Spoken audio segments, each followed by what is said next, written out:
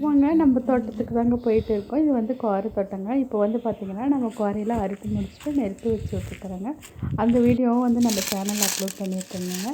நம்ம வந்து இப்போ பார்த்திங்கன்னா பில்லெல்லாம் இருக்குங்க. அதனால சரி பில்லெல்லாம் பிடுங்கி விட்டுருவோம் அப்படின்னு சொல்லிட்டாங்க. பில்லெல்லாம் இது பண்ணிட்டுருக்கேன். என்னோடய ஹஸ்பண்ட் பார்த்திங்கன்னா அவங்க வந்து கிடங்கு பறிச்சுட்டு இருக்கிறாங்கங்க. கிடங்கு வந்து எதுக்காக பறிக்கிறாங்கன்னு பார்த்தீங்கன்னா, விதையெல்லாம் வந்து 4 பக்கம் சுற்றி தோட்டத்தில் இருக்கிற விதையெல்லாம் வந்து உளுந்து கோரைக்கு பாதிச்சிருதுங்க. அதை வந்து மருந்து அடிக்க முடியாது.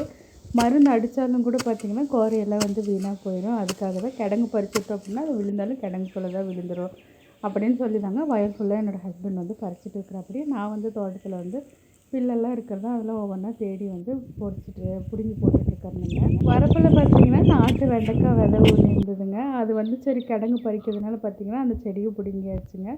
இப்போ அதுலேருந்து பிஞ்சு வெண்டைக்காய் தாங்க எடுத்து கழுவிட்டு சாப்பிட்டுட்ருக்குறேங்க. நாட்டு வெண்டைக்காயில் பார்த்திங்கன்னா அதிகம் வந்து வலுவலுப்பு இருக்காதுங்க. ஆனால் சாப்பிடவும் டேஸ்ட்டாக இருக்குங்க. அந்த வேலையெல்லாம் முடிச்சுட்டு வந்துட்டு அதுக்கப்புறம் பார்த்திங்கன்னா நம்ம கத்திரி தோட்டங்க. கத்திரி செடி நட்டு வச்சுருக்கிறதால இப்போ வந்து நல்லா செடியெல்லாம் பழசாயிருச்சுங்க. அதாவது காய் நிறைய காய்ச்சி முடிச்சிருச்சு. இப்போ அதில் செடியெல்லாம் பிடுங்கி போட்டுட்டு அதுக்கப்புறம் பார்த்திங்கன்னா அந்த களையெல்லாம் வெட்டி விட்டுட்டு இப்போ நம்ம அதுக்கப்புறம் சுத்தம் பண்ணி வச்சுட்டு பார்த்திங்கன்னா நம்ம வேறு செடி ஊனிக்கலாங்க. அதுக்காக தான் நீட் பண்ணிகிட்ருக்கேன். கத்திரிக்காய் வந்து இந்த செடியில் இவ்வளோ இருந்துச்சுங்க. இதெல்லாம் முடிச்சுட்டு சரி தண்ணி குடிக்கலான்னு சொல்லிட்டு தண்ணி பாட்டிலுக்கு போனால் தண்ணி கம்மியாக தான் இருந்துச்சு. நான் ஒரு மடம் குடிச்சிட்டு அதுக்கப்புறம் என்னோடய ஹஸ்பண்ட் குடிச்சிட்டு அவ்வளோதாங்க நம்ம வந்து வீட்டுக்கு கிளம்பி வந்துட்டோங்க. வீட்டுக்கு வந்தது பாப்பா வந்து சாக்லேட் கொடுத்தாங்க. சோக்கி இருக்குது சொல்லிட்டு கொடுத்தாங்க. சரி அதை கொஞ்சம் சாப்பிட்லாமேன்னு சொல்லிட்டு சாப்பிட்டுட்டு இருந்தேங்க. இப்போ பாப்பா வந்து பூவெல்லாம் பறித்து வைக்க சொல்லியிருந்தேன். பூ பறித்து வச்சுட்டாங்க. பூ வந்து கட்டலாம் அப்படின்னு சொல்லிட்டு கட்டிகிட்ருக்கேங்க. வந்து குளிச்சுட்டு அதுக்கப்புறம் பூ கட்ட ஆரம்பிச்சுட்டு துணியை வந்து மடித்து வச்சுட்டேங்க.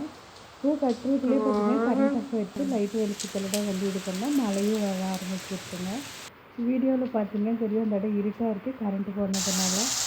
அதுக்கப்புறம் பார்த்திங்கன்னா சரி பருப்பு சாதம் வச்சு விட்டுலாம் நைட்டுக்கு சிம்பிளாக முடிஞ்சு போயிடும்னு சொல்லிட்டு அரிசியும் வந்து இது பண்ணிட்டோங்க. அதுக்கப்புறம் வெங்காயம் தக்காளி தனியாக கடாயில் வதக்கி அதில் சேர்த்துக்கிட்டோங்க. அதாங்க நைட்டு வந்து டின்னர் சாப்பிட ஆரம்பிச்சாச்சுங்க. மதியம் செஞ்ச பாவக்காய் தொக்கு இருந்ததுங்க. அப்புறம் என்னோடய ஹஸ்பண்டோட மாமா வீட்டில் முறுக்கு சுட்டாங்கன்னு சொல்லி கொடுத்துருந்தாங்க.